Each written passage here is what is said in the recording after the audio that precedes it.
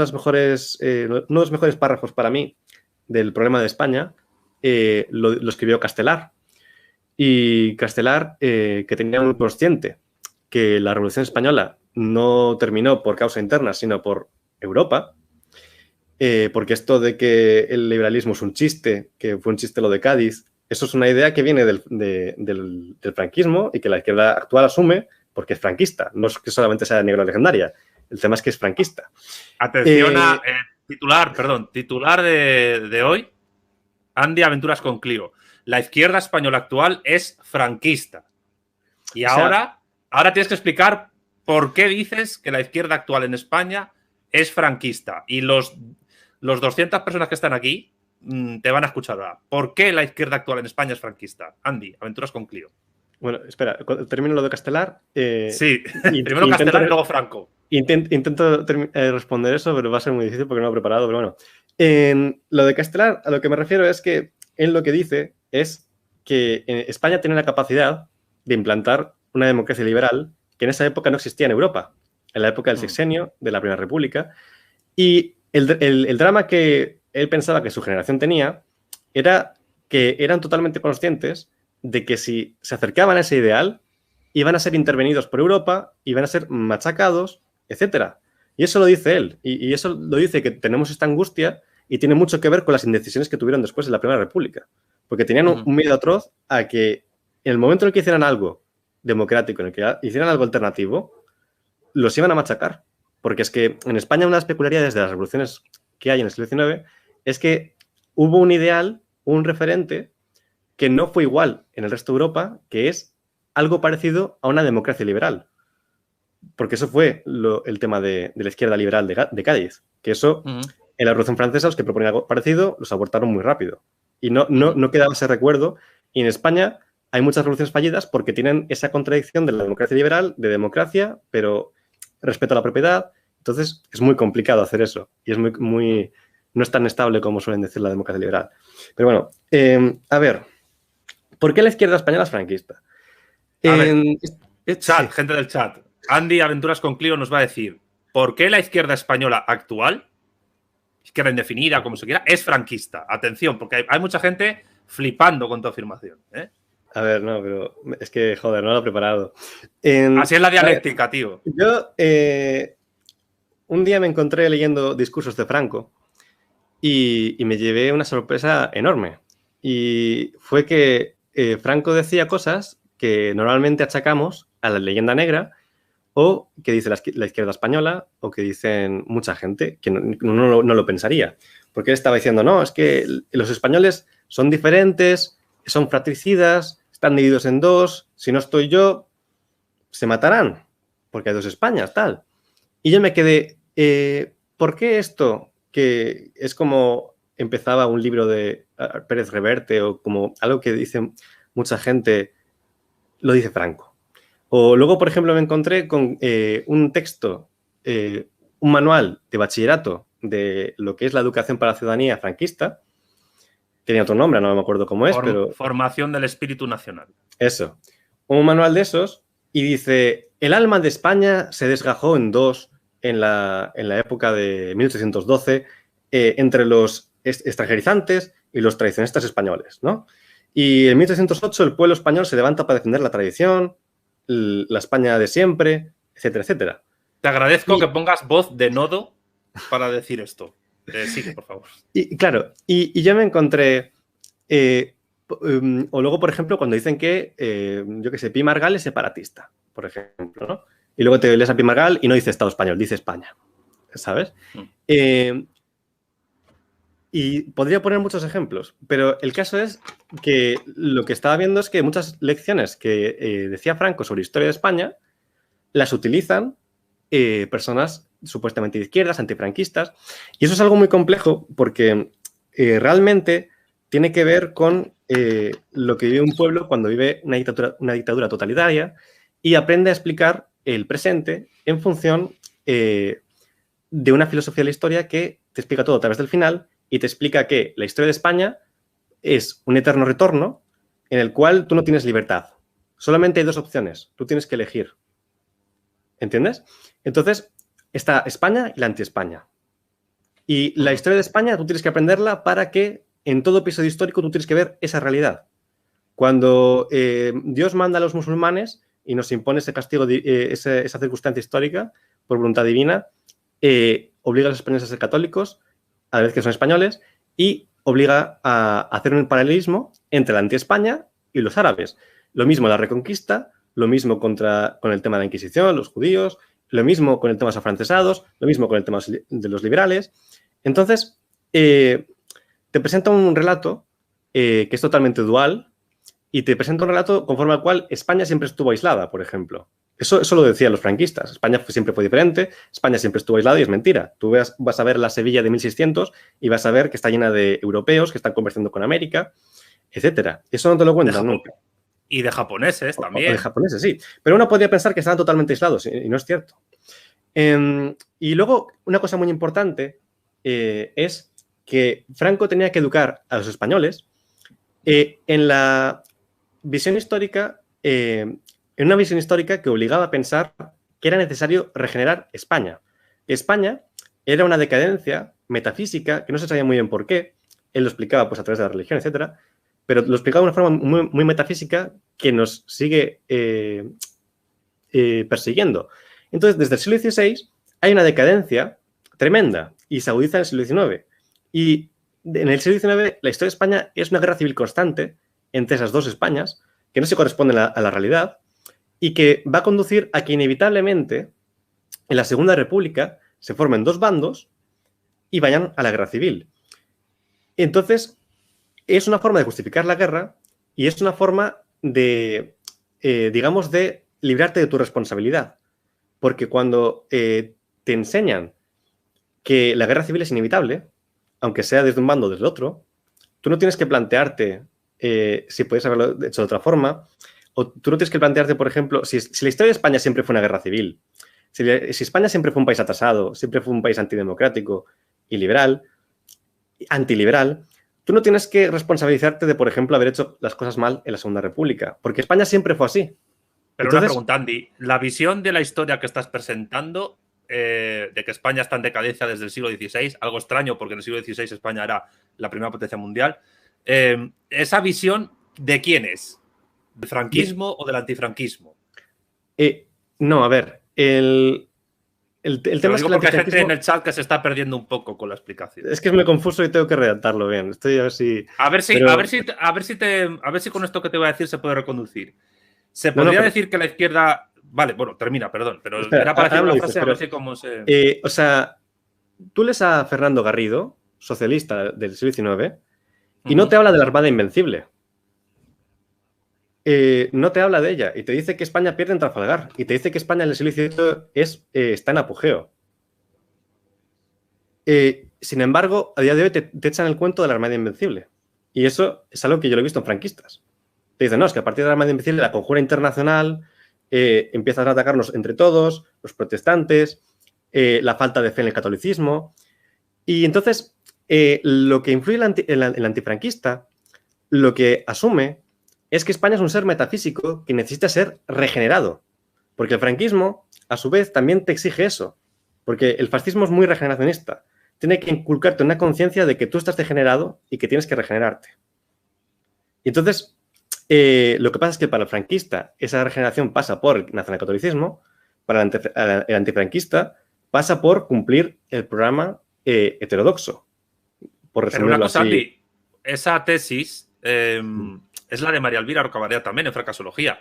O sea, según ella, no es todos los regímenes políticos que ha habido en España desde la llegada de los Borbones son reformistas respecto de España porque consideran que España era un país atrasado, en decadencia constante con los Habsburgo y que solo la llegada de la dinastía borbónica podía llevarle a una reforma que siempre es de cariz metafísico, porque las reformas en España desde el siglo XVIII nunca se han, salvo algunas cuestiones concretas, nunca se han... vamos a ver, nunca se han salido de un marco ciertamente ideológicamente metafísico, en tanto que la reforma que necesitamos es prácticamente ontológica, porque somos un país defectuoso desde el vamos, como dicen en América del Sur. Y, por tanto, el franquismo comparte con la democracia actual, pero también con el regeneracionismo del siglo XX, que tú has estudiado muy bien, esa idea que se instaura ya en el siglo XVIII, que es España está en una decadencia constante, en un atraso constante, tiene que reformarse. Lo que pasa es que para el franquismo la reforma es desde una ideología nacional católica, conservadora, derecha socialista, que diría bueno, mientras que desde otra perspectiva es una reforma de cariz ilustrada, socialdemócrata o socialliberal. Entonces, es para ir concretando lo que te quería decir antes. La frase que se me ocurre para tratar de resumir tu exposición. ¿Se podría decir que la izquierda española actual, o lo que se llama izquierda actualmente en España, es franquista porque asume el relato ideológico del franquismo sobre España, pero lo que para el franquismo era negativo, para la izquierda actual, para la izquierda actual antifranquista es positivo y viceversa? Claro, porque para la izquierda actual, que la izquierda sea separatista es positivo. Por ejemplo, que la izquierda sea extranjerizante es positivo. Para el Franco es negativo. Pero ambos están de acuerdo en algo que es falso. Por ejemplo, lo que es la izquierda histórica, anterior a la guerra civil, etc. O sea que el franquismo, perdona, el franquismo y el antifranquismo mayoritario victorioso con la transición son dos caras del mismo tapiz. ¿O son no, a ver, a ver. Dos ratas que se pelean por un churro sonando Linkin Park de fondo? No, a ver. Cuando Franco está en una dictadura férrea, hace algo que Mussolini, Petén, no llegaron a hacer. No es que la historia de España fuese diferente de siempre, es que sencillamente en España los que quitan a los nazis no quitan a los franquistas, porque a los nazis no lo echaron los alemanes, a los nazis los echaron los americanos y los soviéticos. Y los americanos y los soviéticos dejaron a Franco ahí y Franco enraizó. Y cuando Franco está una dictadura como la que instala, que es bastante férrea, provoca una ruptura con el pasado. Y la izquierda antifranquista perdió el contacto con el pasado y perdió mucho contacto con el exilio. Te pongo un ejemplo de un grande, Álvarez Junco. Porque hay, por ejemplo, en la escuela de Gustavo Bueno dicen que hay mucha continuidad dentro del franquismo con lo que hay antes. Pero eso es cierto que hay algo de continuidad, pero no hay tanta. Sobre todo con la gente que nace en pleno franquismo. Porque Álvarez Junco, por ejemplo, que es un historiador que es famoso porque dice que España no existía hasta 1812 y es el que el PSOE le trajo para hablar de que la vuelta de Magallanes no tenía nada que ver con España, etc. Álvarez Junco cuenta cómo él, siendo licenciado en Derecho, en Historia, haciendo un doctorado, y siendo filoanarquista, a él le molaba el tema del anarquismo, el tema del amor libre, todas estas historias, él está haciendo el doctorado, ¿vale? Tiene ya 25 años, y se tiene que enterar de que en España había anarquistas por el libro de Brennan, que lo está leyendo en Inglaterra. Hasta entonces, él no sabía que en España había habido anarquistas. O sea, la gente tenía una idea de España que influía mucho el franquismo porque era lo que había. Y hubo muchos más franquistas o franquistas pasivos, lo que sea, de los que la gente quiere admitir. No, sí, el franquismo tuvo mucha aceptación social, sí murió en la cama. Sí. No, y entonces cuando... Es que nos metemos en... Es que esto da para mucho, tío. Pero vamos, la cuestión es que la idea que tenían de España, ellos en vez de ver, por ejemplo, es que no es lo mismo cómo ve un republicano, por muy aparentemente neurolegendario que sea, con un franquista, con un antifranquista, porque el republicano, ¿qué piensa? Que, por ejemplo, Juan de Mariana pertenece a su tradición, que en España hay una tradición de libertad, que en España había un tío que defendía el derecho de insurrección, el tiranicidio, etcétera, que defendía la soberanía de la República, porque eso lo defendía Juan de Mariana. Uh-huh. Y esto se ve cuando Pi Margall hace un prólogo, cuando Eduardo Chao continúa su historia. Se sentían parte, los españoles antes de 1936 se sienten parte de una tradición de libertad. Tienen esa imagen de España, de que en el fondo España es eso, una tradición de libertad. Eso, en la izquierda actual, desaparece por completo. Y la cuestión es que la reforma ontológica, la cuestión es que el franquismo ha hecho que esa reforma ontológica sea mucho más en apariencia ontológica de lo que realmente es. Y luego eso se ha reciclado mucho en la democracia del 78. Porque cuando los reformistas de la Ilustración hablan de reformas, a veces son demagogos, otras veces no tanto. Y hablaban de cosas concretas también. Y eso no se discute, ni se conoce. No se habla de cuando hablaban de recuperar el derecho patrio para constitucionalizar la monarquía, cuando hablaban de proteger la propiedad privada para que creciera el comercio. No se habla de cuando querían liberalizar el comercio para que creciera. No se habla de cuando querían reformar los planes educativos y los Borbones les dijeron que no. No se habla de cuando querían desamortizar la propiedad agraria, y eso al final se tiene que hacer en el siglo XIX. Antes del 98 eran mucho más concretos de lo que muchas veces nos imaginamos. Cuando Fernando Garrido, el socialista este que te comento, habla de la decadencia de España, introduce una serie de factores que antes no se tienen en cuenta. O sea, que hoy en día no se tienen en cuenta. Y no se discute a día de hoy, aunque y hay un libro que es súper potente, que va sobre los costes que tuvo el Imperio Español, que es de Antonio Miguel Bernal, creo que es. A pesar de que está publicado, a pesar de que eso es algo que se discutió siempre, de cómo el metal americano habría podido arruinar a España, habría podido abortar industrias, etc., esas cosas ya no se debaten. Y eso es una cosa muy del siglo XX. Entonces, hay muchos regeneracionismos muy distintos, con más base, con menos base. Cuando Joaquín Costa hablaba del atraso de España, hablaba del factor agrario, de cómo cuando tú tienes una agricultura que es impotente, pues tienes dificultades para industrializarte. Y de eso no se debate. Eso lo trató Joaquín Costa. Entonces, el problema de España como algo tan metafísico, un regeneracionismo tan metafísico, eso es algo mucho más reciente de lo que parece. Eso es lo que defiendo yo. Y yo creo que se ve con lo que he expuesto un poquito.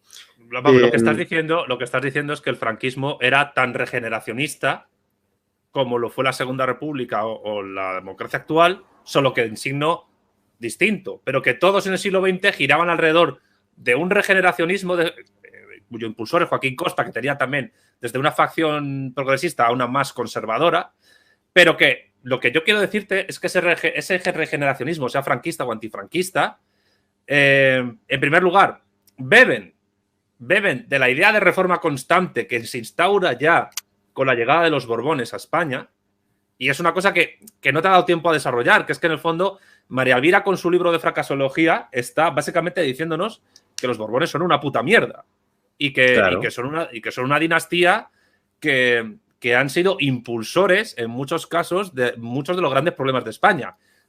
Habrá gente que esté en contra de este aserto, pero básicamente es la puerta que ella ha abierto. Yo creo que ella no es consciente de a dónde nos puede llevar. Pero bueno, eso es lo que estaba comentando yo antes, claro, de los Borbones. Sí. Te intento contestar. Todos en el siglo XX son regeneracionistas, ¿vale? Correcto, y hay distintos signos, pero los que vienen del franquismo, el antifranquismo y de la democracia del 78, porque también, y ahí está, yo creo, lo gordo, y con Ortega, y yo hice un vídeo... Otro regeneracionista, Ortega, totalmente. Y hice un vídeo sobre Azaña para el Jacobino en el que sale un poco Ortega y sale un poco como, por ejemplo, Ortega estaba encubriendo sus fracasos políticos. Pero bueno, sin enrollarme en eso, los republicanos, por ejemplo, también son regeneracionistas y falsifican muchas cosas. Por ejemplo, denigran mucho la restauración de Cánovas y la tergiversan y contribuyen a esa idea tan proyectada y tan larga de una decadencia de España. Pero, por ejemplo, a mí lo que me parece muy a destacar es que los republicanos de la Segunda República, aunque son regeneracionistas y cuentan muchas mentiras, etcétera, no tienen una visión tan negra de lo que es la historia de España. Y si tú te fijas en un discurso de Negrín, que si llego a saber que lo íbamos a tratar, lo traía, pero no lo he traído, dice cosas que podría decir un Gustavo Buenista a día de hoy. Y habla de que España en el siglo XIX fue un poco decadente, pero que es normal, porque cuando te explota un imperio es lo que pasa. Aún así, España fue tan vigorosa de haber dado el tema del liberalismo o el tema de que el pueblo era el que defendía la libertad en 1808, 1812, 20, etcétera. En esa misma línea estaba Vicente Uribe y muchos líderes del Partido Comunista también. Claro, y se reenganchan. Pero porque es que los republicanos continúan, lo más importante de los republicanos es que continúan algo que viene de Cádiz. Vale. Entonces, tu tesis Tu tesis es... No, una cosita. Vale. Y ya acabo. En lo que se asenta una idea de la necesidad de una reforma en España del siglo XVIII, es cierto, tiene un componente metafísico de los Borbones, pero no tanto, y luego hay que ver la parte de verdad que tiene, porque España, en 1640, se le va a Portugal, se le va el mundo luso, Cataluña está a punto de irse, Andalucía, Aragón también tienen movimientos fuertes, Castilla resistió porque ahí se pusieron de acuerdo para mantener el imperio porque era lo más, pero sí. Es que tú te vas, por ejemplo, a las guerras que hacen en la segunda mitad del siglo XVII y esas guerras, España tiene que ir cediendo el permitir que se comercie con América, que eso es algo que nos explica. Y España, para mantener su imperio, tenía que ceder y ceder y ceder. Entonces, es normal que un imperio tenga un siglo y luego se vaya apagando. Cuando dentro de 500 años se estudie el imperio americano, algunos podrán pensar que desde Vietnam ya todo estaba hecho un caos y, sin embargo, a la gente del presente, hasta la aparición de China hace nada, no es tan evidente que la hegemonía americana se va cayendo. Entonces, son cosas que van pasando muy poquito a poquito. En la segunda mitad del siglo XVII, España tiene problemas, necesita cambiar, habría que tratarlo, pero es que es normal. O sea, había montado un imperio por no usar la terminología de Gustavo Bueno, si tú vas a una terminología de la época histórica, contraponían imperio de conquista con imperio de comercio. Y el tema es que manejar eso era muy complicado. Pero bueno, entonces, algo de cierto hay porque la cuestión es que en el siglo XVII hay una decadencia que es normal, hay una recuperación muy leve antes de los Borbones, y los Borbones, en vez de hacer una revolución pasiva, en vez de reordenar el imperio, se encuentran con que las reformas afectan a los privilegiados de una forma u otra. Y entonces, en vez de enfrentarse a ellos, lo que acaban es acomodándose. Y acaba la cosa muy, ¿cómo se dice? Carcomida. Y el imperio era sólido, incluso a nivel ideológico, en 1808 y 1810. Y eso se ve cuando se jura a Fernando VII con el vacío de poder que hay en la península. Pero, sin embargo, no era sostenible y las revoluciones lo dinamitaron por completo. Las guerras civiles que hubo. Y como España tiene esa ambición de ser ultraprogresista y hacer una democracia de la pera, desde Cádiz prácticamente, cada vez que intentamos ahí hacerlo y cada vez que intentamos ordenarnos, nos damos con una hostia porque ya no tenemos un imperio y ya no podemos configurarnos al resto de Europa y eso lía con el problema de España. Entonces, sí que hay un problema de España ahí que es Andy, que hay que tratarlo. Perdón. Vamos a tratar de centrar tu tesis de que la izquierda española es franquista con una pregunta que te lanzo. La gente en el chat, 217 personas ahora mismo, quiere concreción, quiere que te definas, señores. Joder. Se puede decir, oigo mi voz por ahí, en tu parte. Hay un eco por ahí. Yo no escucho nada. No, pues escucho mi voz. Vale, ahora ya no. A ver, ¿se podría decir que la izquierda española es franquista porque asume el relato que el franquismo construye sobre la idea de España y porque, por tanto, lo que yo señalo en mi libro, voy a hacer publicidad, el marxismo con la cuestión nacional española es la introducción de que España igual a Franco, es porque la izquierda es franquista porque la izquierda española entiende que España es igual a Franco como algo negativo para España, mientras que el franquismo asume que España es igual a Franco porque eso hace que la idea de España sea positiva. Es decir, lo que yo digo en la primera frase que digo en el libro, que es... Sí. El leitmotiv, la voy a leer, ¿vale? Para el que no, más que nada por publicidad. El leitmotiv de buena parte de la izquierda, entre comillas, en España, desde mediados del siglo XX hasta nuestros días, podría resumirse en la siguiente ecualización. España igual a Franco. Las causas que explican esta asociación, de una simpleza descomunal, son múltiples y todas confluyen a la hora de explicar no solo el posicionamiento de esa denominada izquierda, entre comillas, respecto a la cuestión nacional española, que es de lo que venimos a hablar hoy, o lo que es lo mismo, la posición política respecto a la idea misma de España. También lo hacen para explicar la evolución y situación histórica del marxismo en España y, en buena medida, podemos adelantar como hipótesis a probar en este libro que la indefinición o la definición negativa respecto a la idea de España por parte del marxismo aquí evidencia la carencia absoluta de proyecto marxista para España, o lo que es lo mismo, y en resumen, la ausencia histórica de un posicionamiento fuerte respecto de la idea de España por parte de los marxistas españoles, y no solo marxistas, etcétera, aunque hay excepciones evidentemente históricas, hemos señalado alguna, y con posicionamiento fuerte queremos decir absorción y defensa de la idea de España en un sentido proletario, y es lo mismo que afirmar que no existe, propiamente hablando, un marxismo genuinamente español. Tesis que yo trato de demostrar todo lo minuciosamente que puedo en el libro, como tú sabes, que mucha gente le ha gustado esa tesis, otros me han atacado, gustabonistas me han atacado, porque consideran que Marx es negro legendario, porque ellos en el fondo asumen la tesis de España igual a Franco, algunos, en sentido positivo. José Luis Pozo Fajarnés, hola, José Chu. Te deseo lo mejor, interpreta esta frase como quieras. Lo que quería decirte es que cuando la izquierda española es franquista, lo es porque Franco les ha ganado la batalla cultural y política e ideológica. Y Franco es como el Cid campeador, gana batallas después de muerto y todavía ha conseguido que eso que él llamaba la anti-España, la izquierda entre comillas, le haya comprado el discurso y el hombre, aunque lo han sacado del Valle de los Caídos, sigue con la idea de España en su puño aferrado. Y por tanto, la izquierda española es una izquierda fracasada, derrotada en vida, porque ha asumido la idea franquista de que España es igual a Franco, con lo cual es una izquierda, como diría, vuelvo a muchachada Nui, como diría Carlos Areces, izquierda puta mierda, básicamente. Tenemos en España una izquierda que es puta mierda. ¿Es esa tu tesis?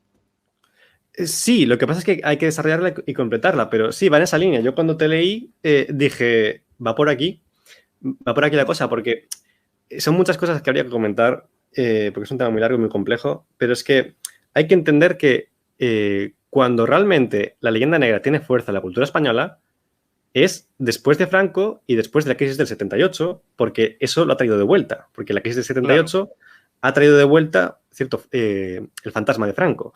Y el pueblo español está traumatizado. Y no sirve hablar contra Guillermo de Orange solo cuando para la izquierda española social, la izquierda social española, las personas de izquierdas, lo que hace creíble la leyenda negra es Franco. Es que, y retrotraen. Claro, esa es la tesis de Iván Vélez. Iván Vélez sostiene que Franco, digamos, es la prueba del algodón de que algo de la leyenda negra es verdad. Y es proyectan. Decir, Franco es la prueba de que España es una nación atrasada, oscura, etc. ¿Y qué es lo que hacen las oligarquías y clases dirigentes y culturales españolas hegemónicas actualmente, que son marionetas del PSOE, etcétera? Mantener el antifranquismo como una justificación ideológica de esa regeneración metafísica, reforma metafísica que España necesita, contra el último episodio de esa España negra que viene desde la Edad Media, y Franco, que es continuador de la Inquisición, continuador de los Reyes Católicos, continuador de los Austrias, y eso es lo que decía Franco. Y continuador incluso de